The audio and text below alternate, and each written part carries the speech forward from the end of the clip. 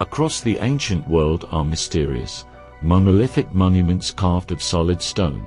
Like the obelisks of ancient Egypt, the Karnak alignments in northern France and the Moai statues of Easter Island, what purpose they served has been the subject of much speculation.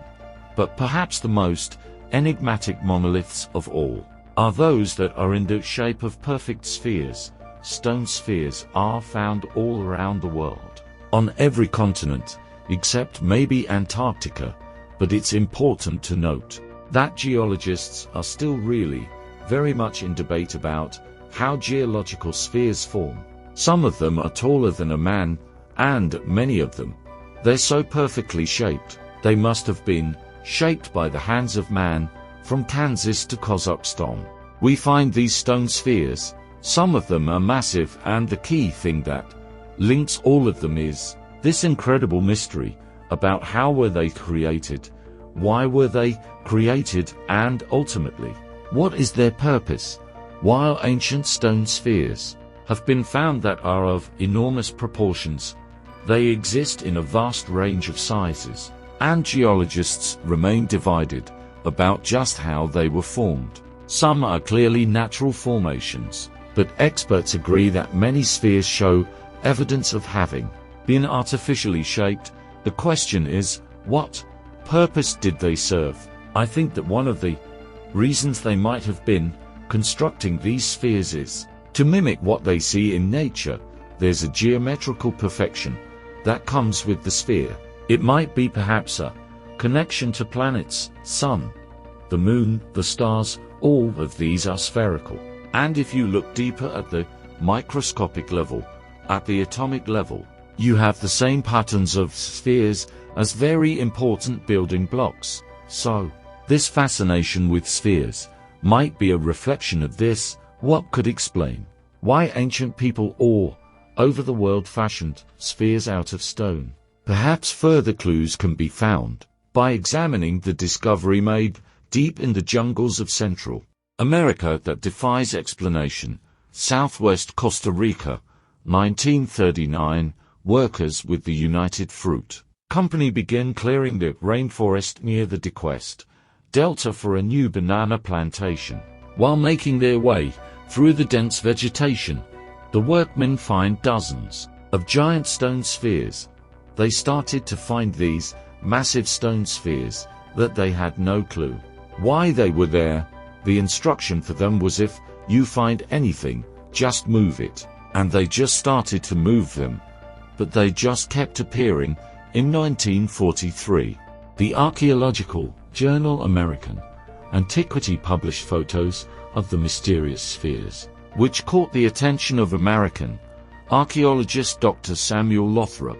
5 years later, Dr. Lothrop led an excavation of the area and discovered hundreds of stone spheres. They range in size from just a few inches to more than 6 feet in diameter and weigh up to 15 tons. Archaeologists soon discovered stone spheres throughout the DeQuest Delta and on the nearby Isla del Coco. Many were found with artifacts from the ancient indigenous DeQuest culture and are believed to be at least 1,000 years old. About 300 have been discovered so far. Some of them are fairly small, like the size of footballs. Others are huge, between 8 and 9 feet tall and wide. Some have carvings on, like spirals, and what looks like boats or ships. They look like they're created in a machine.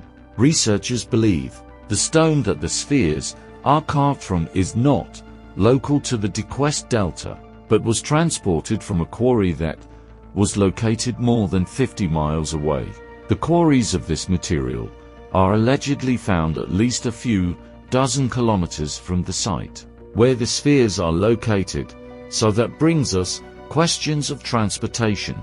Walking around the rainforest is not an easy task. You have creeks, you have mountains, you have hills, you have branches, you have tree roots. So how were they moved? Just as puzzling as how the massive objects were moved is how they were made. Archaeologists believe that the DeQuest civilization carved the spheres with simple stone tools. But some researchers argue that creating such a precise shape would be difficult to achieve. Even with today's technology, it's important to note that these are, in some reports, granitic, which are very, very hard rocks to shape, to form, to move and to quarry in any capacity.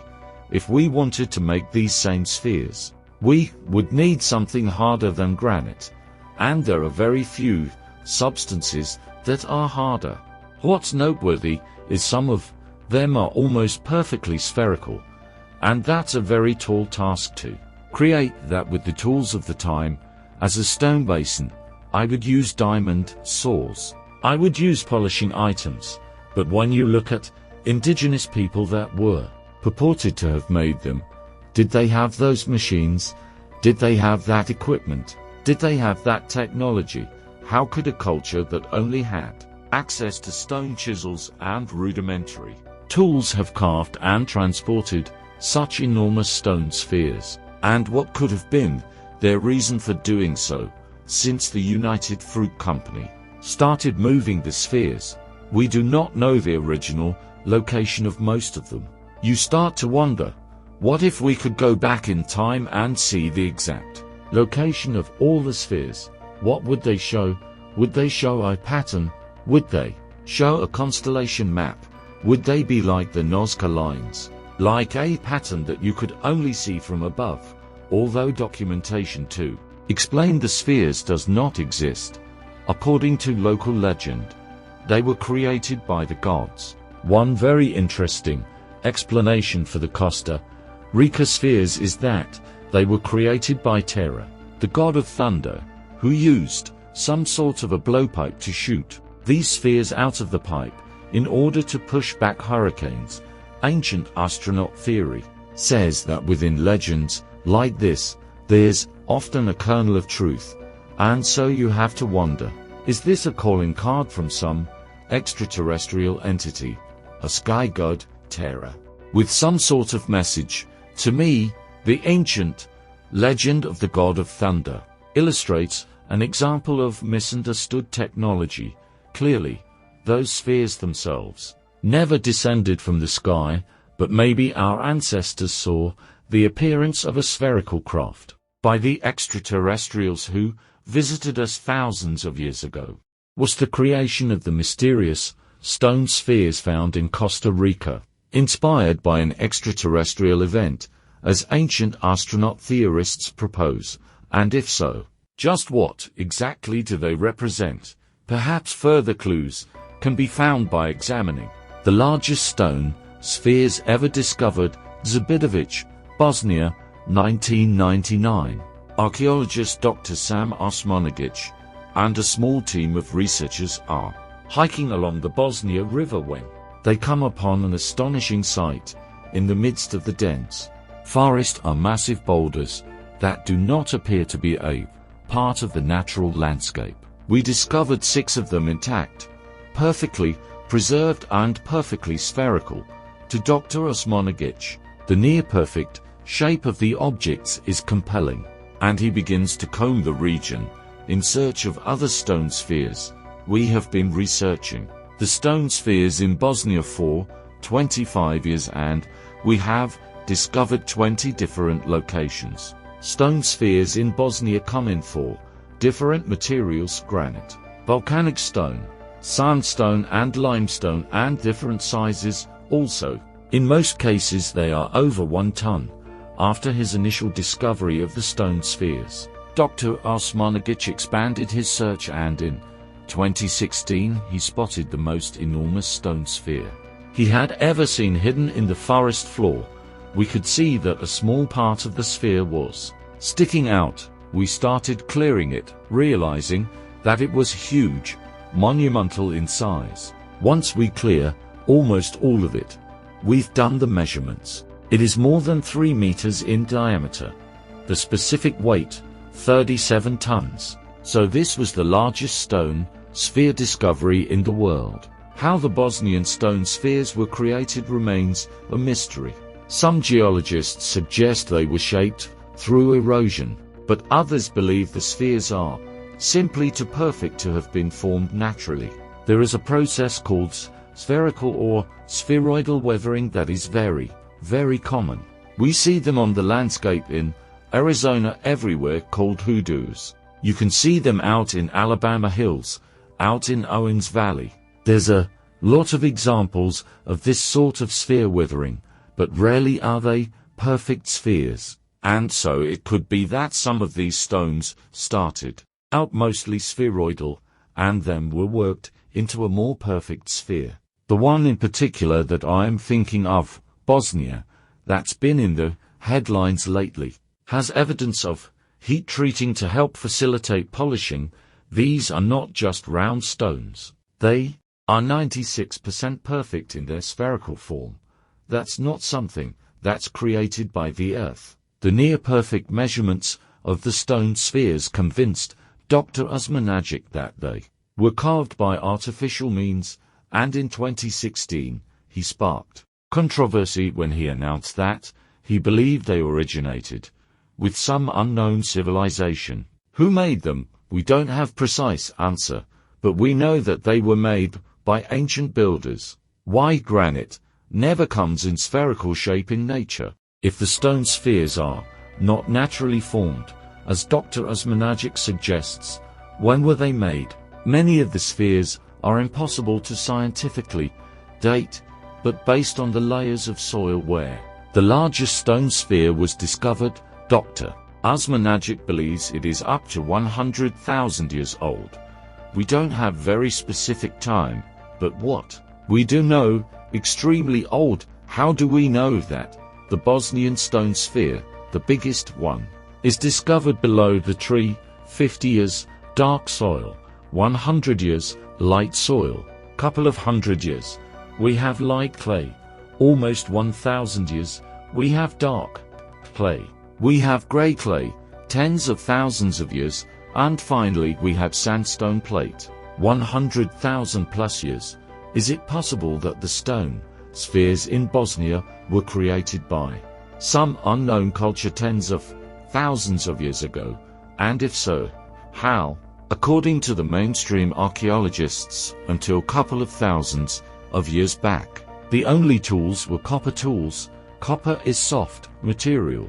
You cannot use copper tools to shape granite stones, of course. This is us, 21st century civilization. What did they use to try and understand how these artifacts were shaped? Dr. Osmanagic had several samples taken from the spheres analyzed in a lab at the University of Belgrade in Serbia. We realized that there is a difference between their physical and chemical properties and natural stone materials. There is a chemical component that was found within the spheres, and this chemical has not been able to be identified. If the giant stone spheres in Bosnia were created by an ancient civilization, what purpose did they serve? The precise engineering of the monoliths and the fact that many are made of granite has convinced Dr. Osmanagic that the stone sphere's true purpose was to transmit earth energy that occurs in the region. It seemed that they had multi-layer purpose, according to the new science, biogeometry. Three most powerful geometrical shapes when it comes to the energy: a four-sided pyramid, conical shape, and the third one is the sphere. Those three geometrical shapes amplify the energies. Most of the stone balls have quartz crystal. Quartz crystal has the ability to amplify the energy. Dr. Samir Osmanagic talks about the use of these spheres as potentially small power supplies. And this makes sense when you look at them in context with the rest of Bosnia. When you're sitting in this creek bed, surrounded by these spheres, it's hard to describe, but it does feel powerful. It feels like it is generating energy. Did the giant stone spheres in Bosnia once serve a technological function? And if so, might other stone spheres have a similar purpose? Perhaps answers can be found by examining hundreds of stone spheres in Mexico that were hidden for centuries. Teotihuacan, Mexico. This ancient pyramid site was once home to a mysterious civilization dating back to the 1st century AD, a time long before the Aztec arrived in this region. Since the early 1990s, archaeologists have been exploring the dozens of subterranean rooms, tunnels, and pathways that lie below this 8-square-mile complex. They've been doing a lot of excavations to understand the nature and the relationship of the different pyramids, and they're exploring underneath the Temple of the Feathered Serpent, and so they've made some really nice maps of the pathways and such that are underneath the temple and expose caverns and areas that they didn't know existed. In May of 2013, researchers working beneath the Temple of the Feathered Serpent employed a small robot called Tlaloc 2TC to explore the recently uncovered area. Inside one chamber, archaeologists made a curious discovery. They found more than 100 gold-colored metallic spheres. These tiny balls are probably anything between an inch to about 5 inches in diameter, and what we can say is that when they were actually put in place, probably about 2,000 years ago, you would have had this incredible shining gallery of lights. As you went down it, they appear gold, but when you look at them under chemical inspection, it appears that that gold color is a mineral pyrite. The Mexican archaeologists are completely perplexed. They haven't seen anything like this before. They haven't seen anything like this in their explorations of the other temples. So there's lots of questions to be answered still. Archaeologists retrieved several spheres from the chamber, and when they analyzed them, they were amazed by what they found. The sparkly spheres that were found in Teotihuacan really are an enigma. As far as how they were made, men definitely made them. We have looked at those spheres, and they are clay. They are like sun-baked clay that was then rolled in pyrite dust. That's why they have that kind of yellow color. Why they did it, I don't know. Nobody knows the purpose of them, why they were made, or even who made them. But the fact that they're there tells us they are of utmost importance to what went on at the temple. The golden spheres found under the Temple of the Feathered Serpent are a mystery to archaeologists, but some believe they may be representations of celestial bodies observed in the night sky. But ancient astronaut theory suggests the mysterious spheres could have served a more profound purpose and point to another discovery made in 1906 at Teotihuacan. Huge mica sheets have been found beneath a layer of stone flooring that were 90 feet square, and they were placed directly on top of each other, and yet you couldn't see them. So they clearly weren't decorative or aesthetic. They were clearly functional in their use. So what were they doing there? We use mica today in spacefaring technology. It's a heat shield for very, very high temperatures. What is it doing at Teotihuacan? What's also fascinating is that throughout Teotihuacan, you see burn marks on the walls. So at some point, Teotihuacan underwent a gigantic fire, or was it something else? Was it some type of a blast? Was it some type of an exhaust? Curiously, mica wasn't the only unusual substance found within the ancient structure. They actually found mercury under some of the pyramids as well. So what does this all mean? Well, mercury is used in different electrical components, and it conducts electricity. So can we suggest that they were using this for some advanced technological purpose? Mercury itself is very special. It's a metal. It's a liquid. It's an electrical conductor. Mercury can be used for many devices, all of which are high-tech. So you have to wonder what is going on here at Teotihuacan. Do these small balls and the mica and the mercury and other facets of the pyramid, are they all working together to create some kind of electrical device that's doing something? That would seem to be the case. Does the discovery at Teotihuacan of both mica and mercury, two substances with high-tech applications, indicate that an advanced technology once existed in this ancient Mesoamerican city, one that involved the mysterious spheres found under the Temple of the Feathered Serpent. We've often suggested that ancient structures may have been used as some type of energy capacitor. An aeronautics engineer has suggested that the Great Pyramid of Egypt, or the whole Giza complex, may have been some type of a giant power plant. Well, what if Egypt is not the only place where they had something like this? Other small golden spheres discovered at Teotihuacan, evidence of an extraterrestrial presence on Earth centuries ago. Ancient astronaut theorists say yes and suggest further clues can be found by examining mysterious spheres that are not from this planet. Cambridge, Massachusetts. 2019, Harvard astrophysicist Dr. Avi Loeb learns of a meteorite that exploded over the Pacific Ocean 5 years earlier.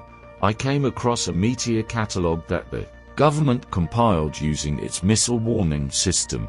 The meteor burned up about 100 miles off the coast of Papua New Guinea, and it released a few percent of the energy of the Hiroshima bomb when it exploded. From that we inferred it was about half a meter in size when it exploded. What intrigued Dr. Loeb the most wasn't the object's size, but where it came from.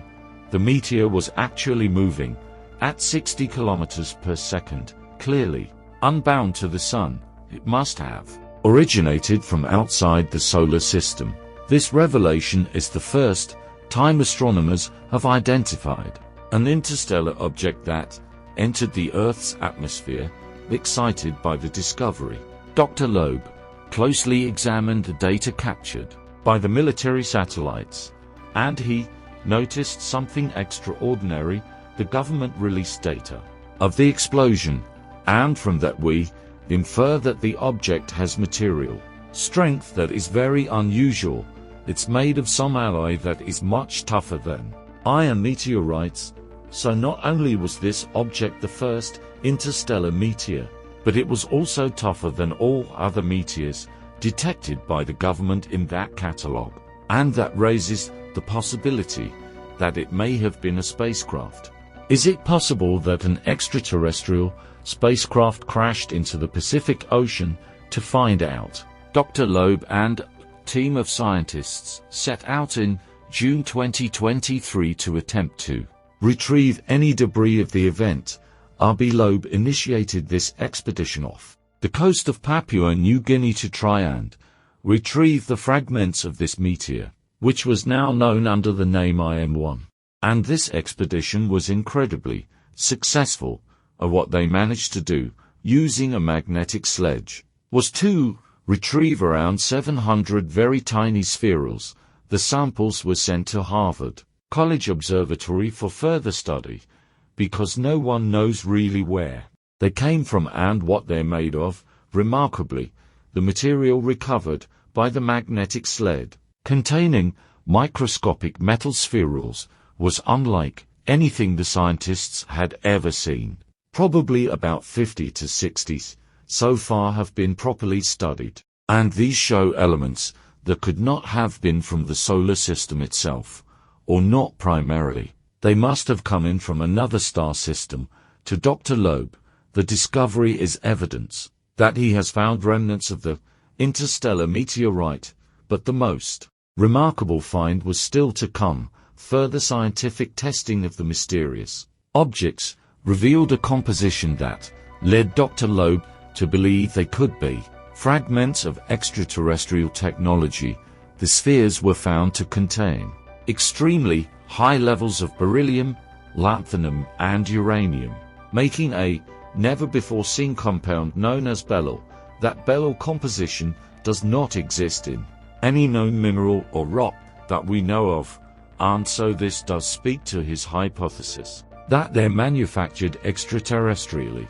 Dr. Avi Loeb proposes that these spherules may be part of some type of ET technology. What exactly he means by that, I don't know. Could that really be a remnant of a far distant extraterrestrial civilization? Word of Dr. Loeb's discovery made headlines across the globe and stirred up controversy among his peers. Within academia there is still resistance to discussing this subject openly, however.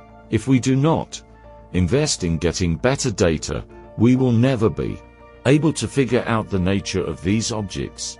Unless you search, you will never find this evidence. Is it possible that the mysterious alloy is a material created by extraterrestrial beings? Dr. Loeb's research is ongoing, but if true, the spheres he discovered will upend humanity's place in the universe. We will publish our results in peer-reviewed journals and make them available for anyone to see.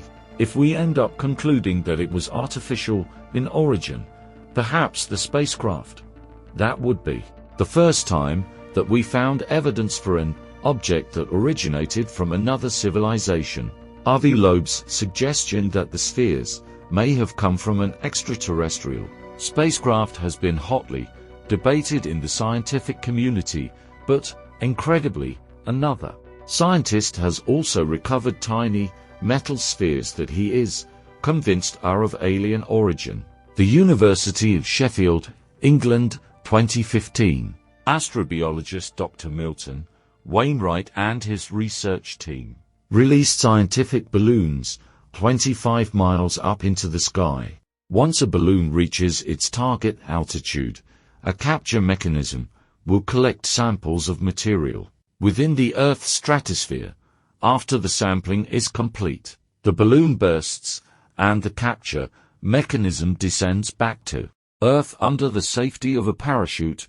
In 2015, Dr. Milton Wainwright sent one of these balloons up and it was hit at an incredible rate by something that left behind a small crater.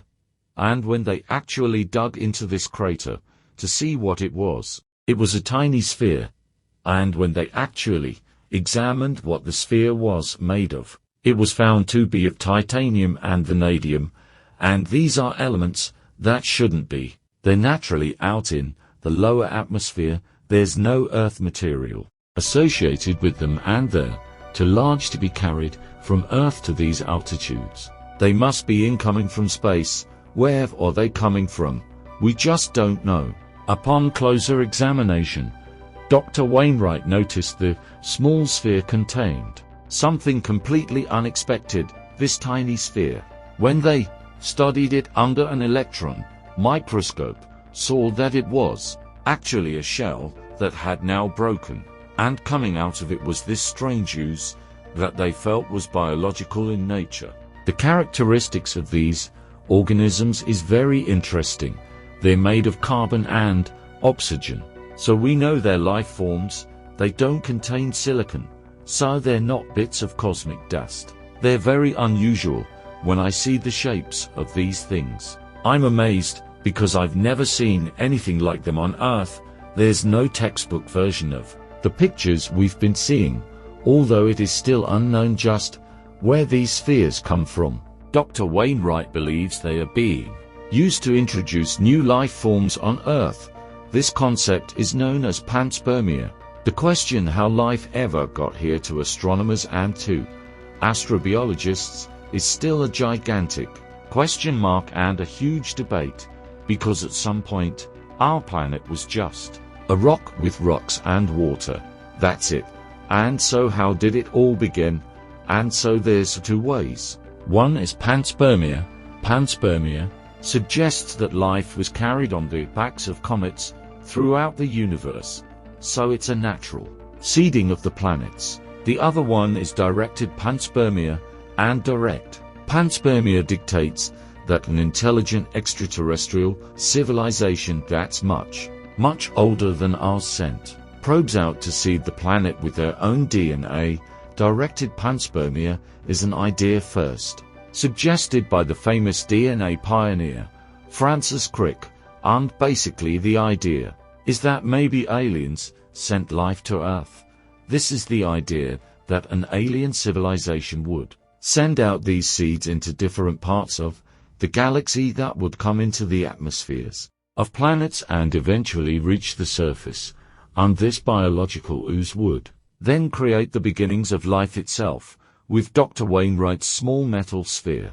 You have to wonder, is this protein ooze that's inside it something to seed the planet with life? And to me that's a fascinating idea.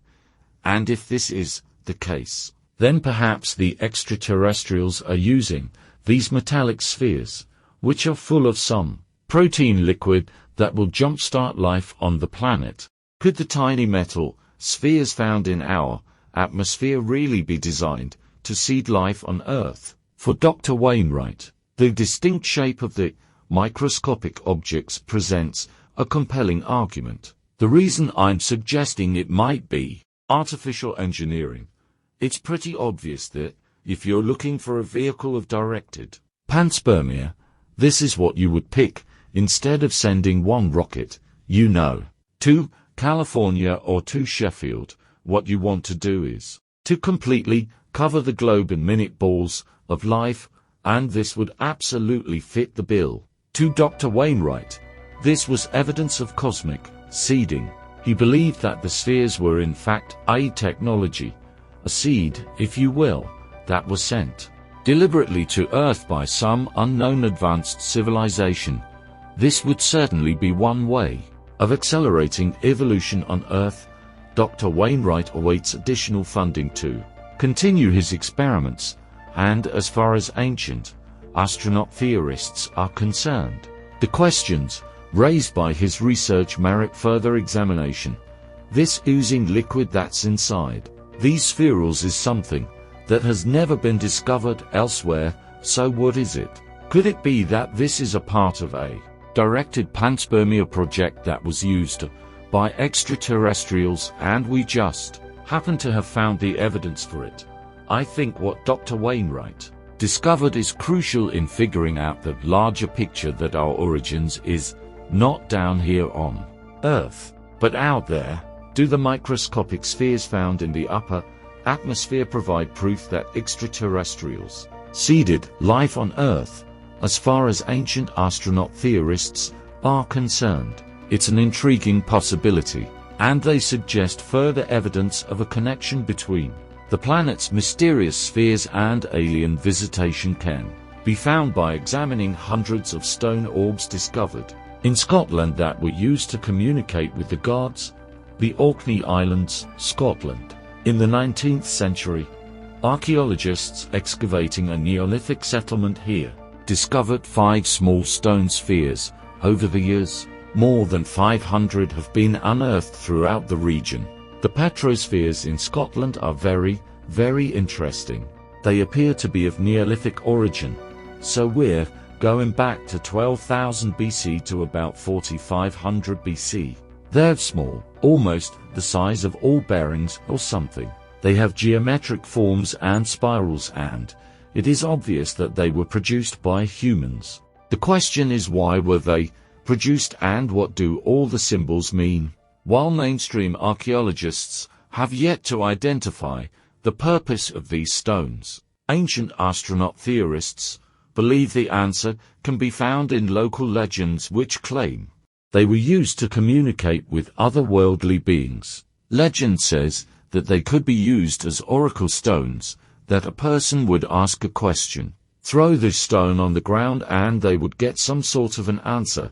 And that makes me wonder if it's possible that these smaller handheld stones are somehow connected to the larger stone spheres and they're perhaps amplifiers or transmitters of Earth's energy, and that they all have some sort of an energetic function.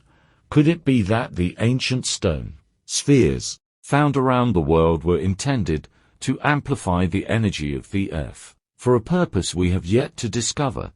Or is our fascination with spheres simply inspired by the connection we feel to the spherical bodies we see in the heavens? Perhaps the explanation is more profound than we can even imagine. As a stonemason, I'm very interested in this mystery of the stone spheres.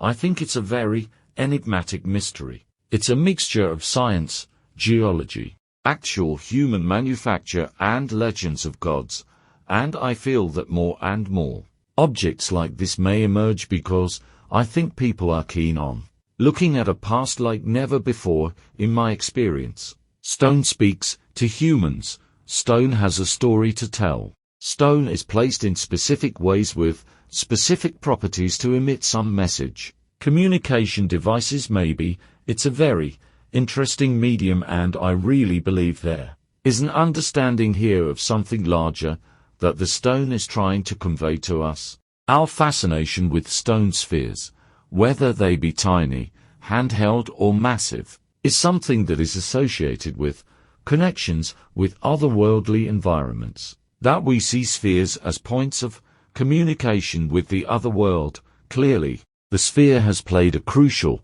part in all of our ancient cultures, and you have to ask yourself, why could there be more behind it? What was the purpose of creating these spheres? Is it indeed communication? Are they information storage devices? Commemoration of the original seeding of the planet?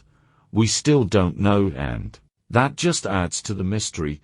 Do the stone spheres found throughout the globe serve as testament to extraterrestrial visitation in the distant past? Are they commemorating the origins of life on Earth, some profound technology witnessed by our ancestors? Or could they even have served a technological function themselves that we might one day reactivate? Perhaps the mystery of the stone spheres will only be solved once we are reunited with our alien ancestors.